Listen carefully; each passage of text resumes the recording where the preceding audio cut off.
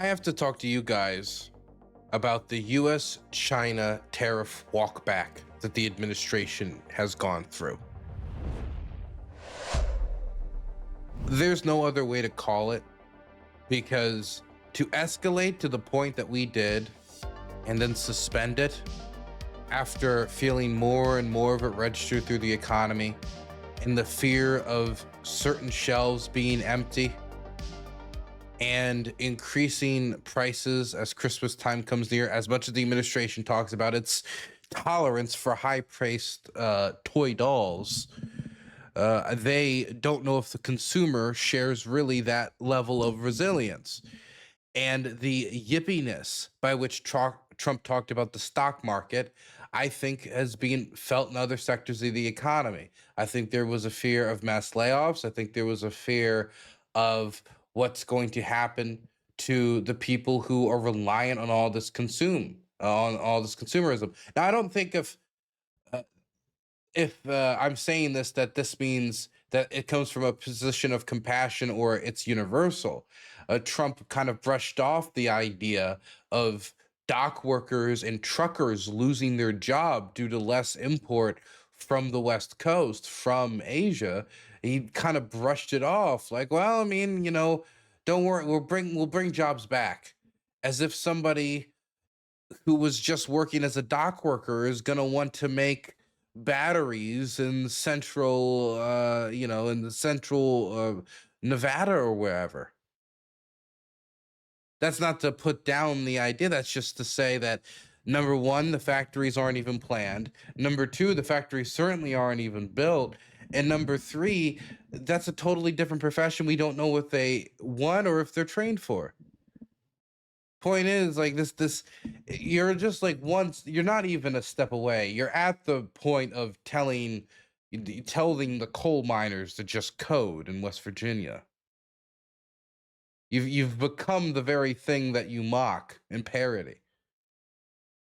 Either way, it was starting to feel a little yippy, Trump's golf term, throughout the economy.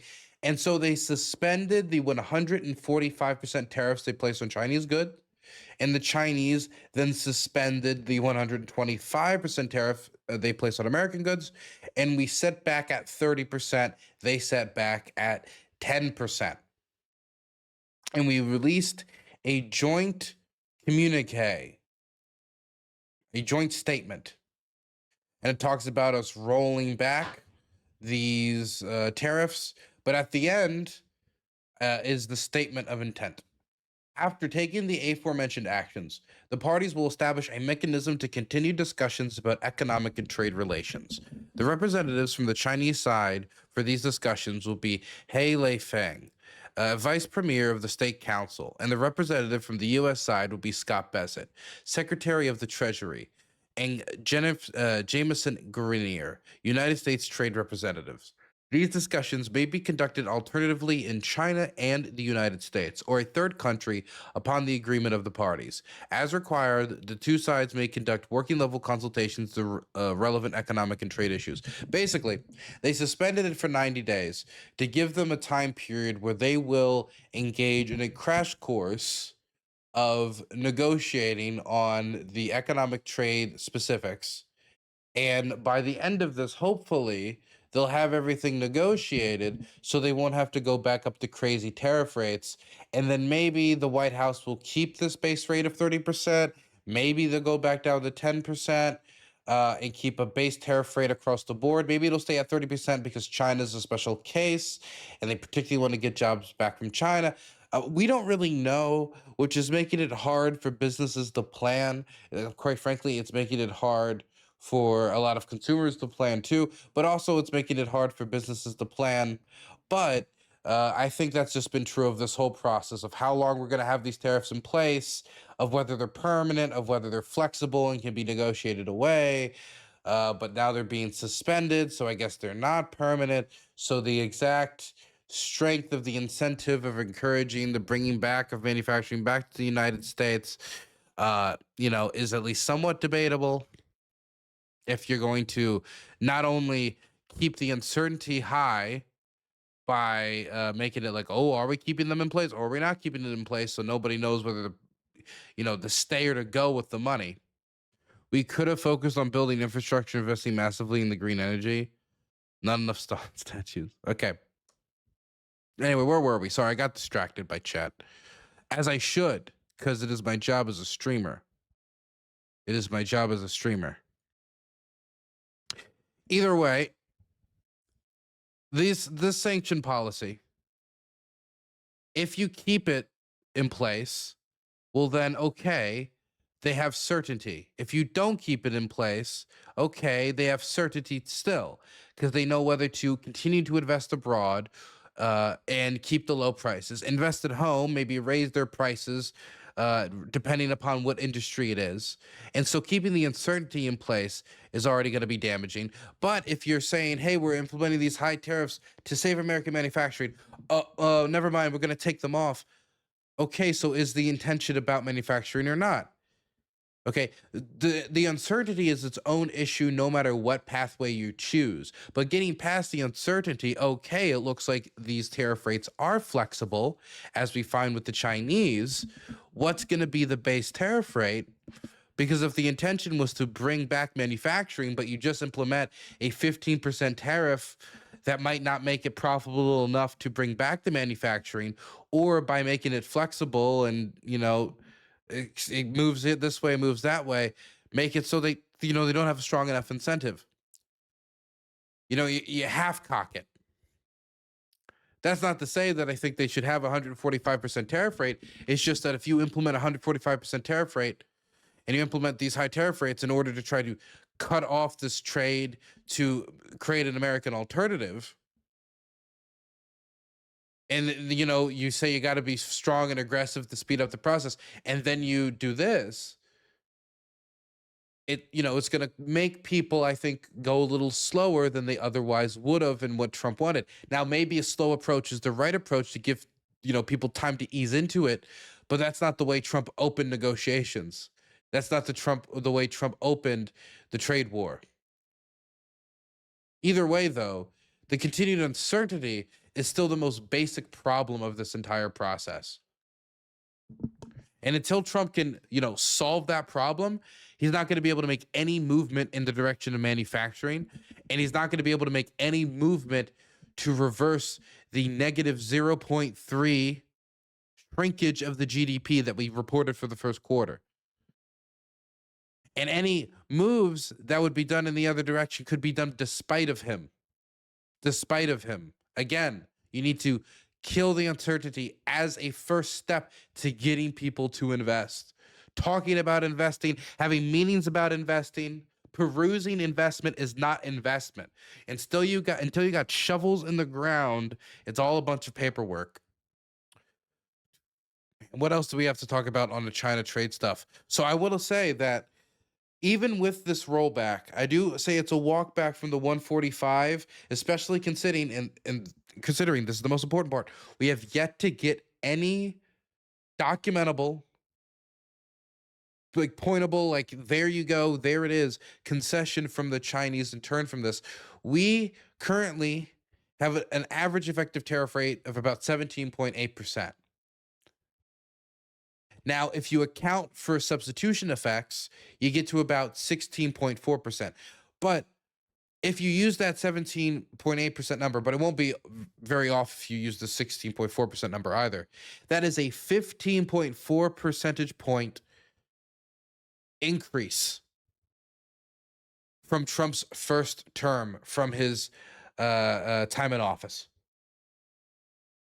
15.4 percentage point increase to 17.8%. Now, even if you use the adjusted, accounted for substitution effort tariff rate of 16.4%, this is the highest tariff rate the United States has had since 1937, according to the Yale Budget Lab. Since 1937.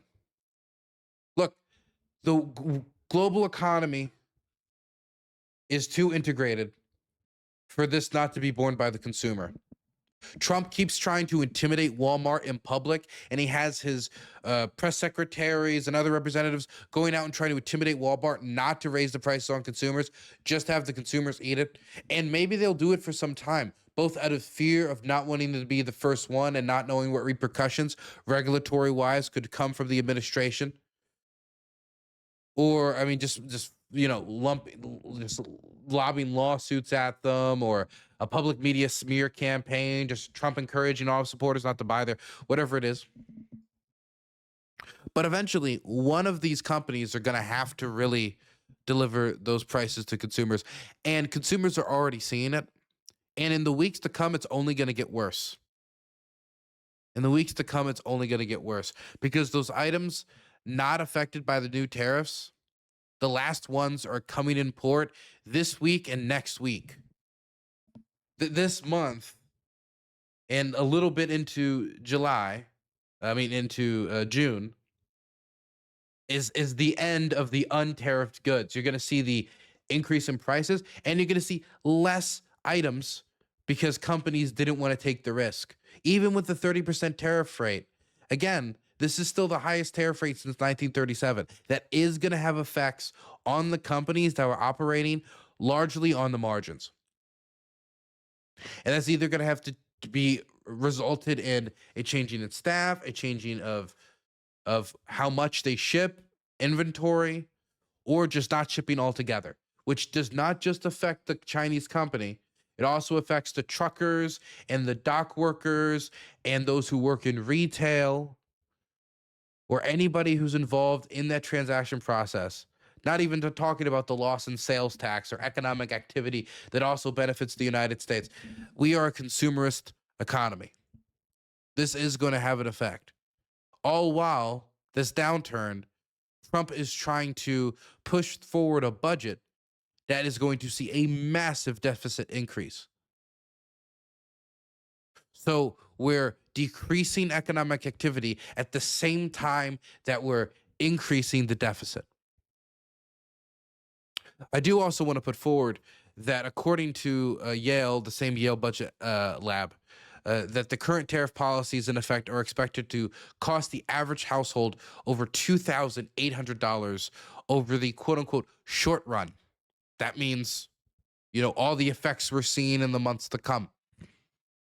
No talk of what it would mean by the end of 2025 or going into 2026, or if they keep the policy into 2027 and 2028.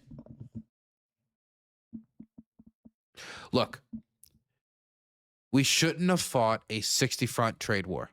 If we're going to engage in a trade war, not only do you not engage in a trade war with all these countries at the same time, because it's just too much work in and of itself, as the Trump administration was unable to manage negotiating peace in Ukraine, with going on these tours in the Middle East, to their own admission, mind you, to negotiating all of these trade deals. So far, the biggest trade deal that they've negotiated was with the UK, and that deal still keeps the 10% tariff in place.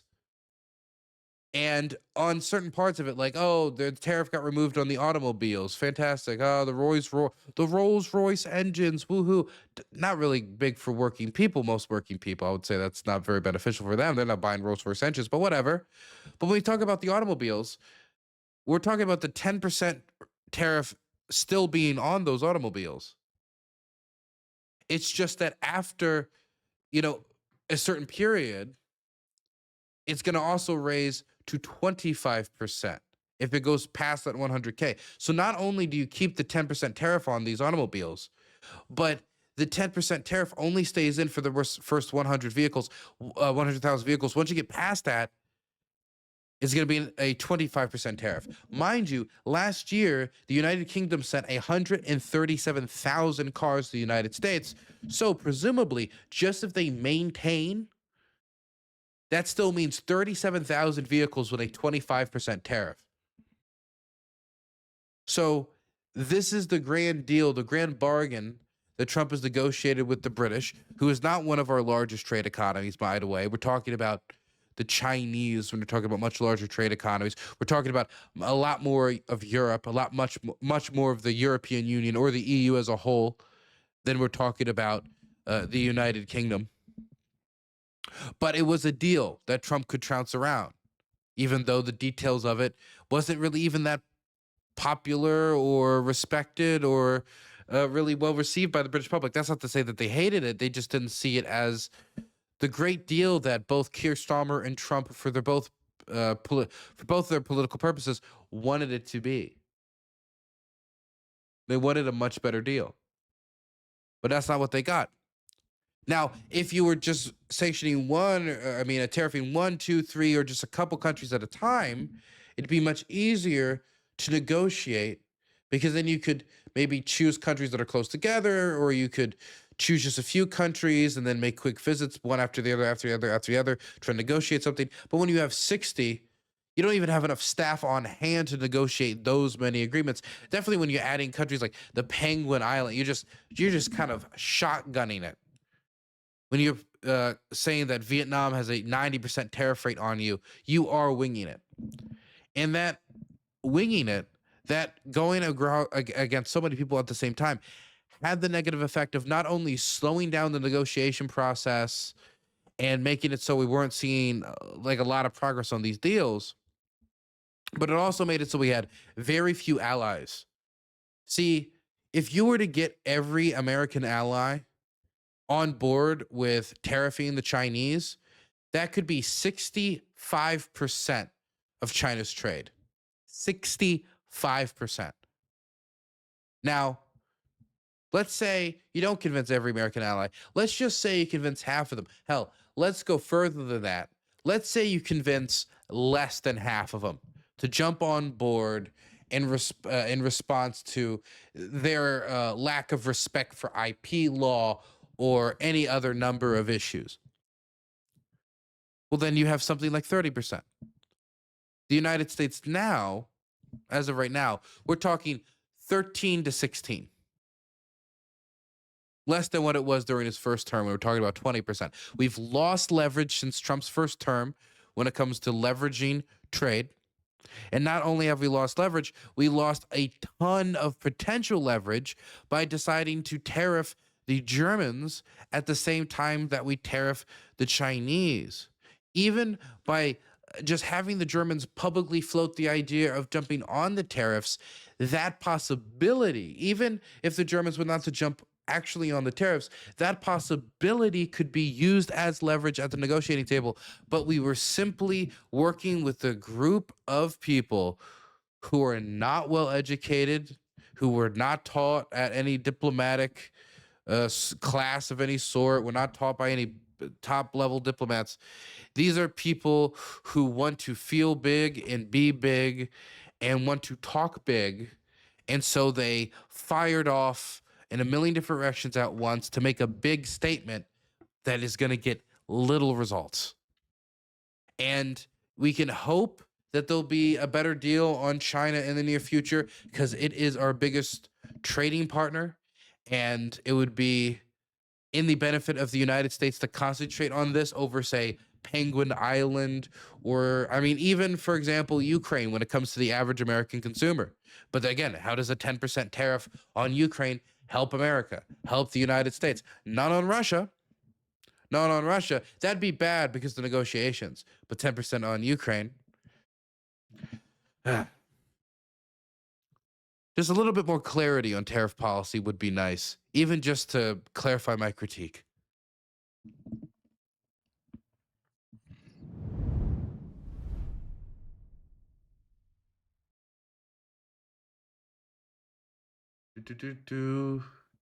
Oh, by the way, China is keeping their hold on rare earth metal exports.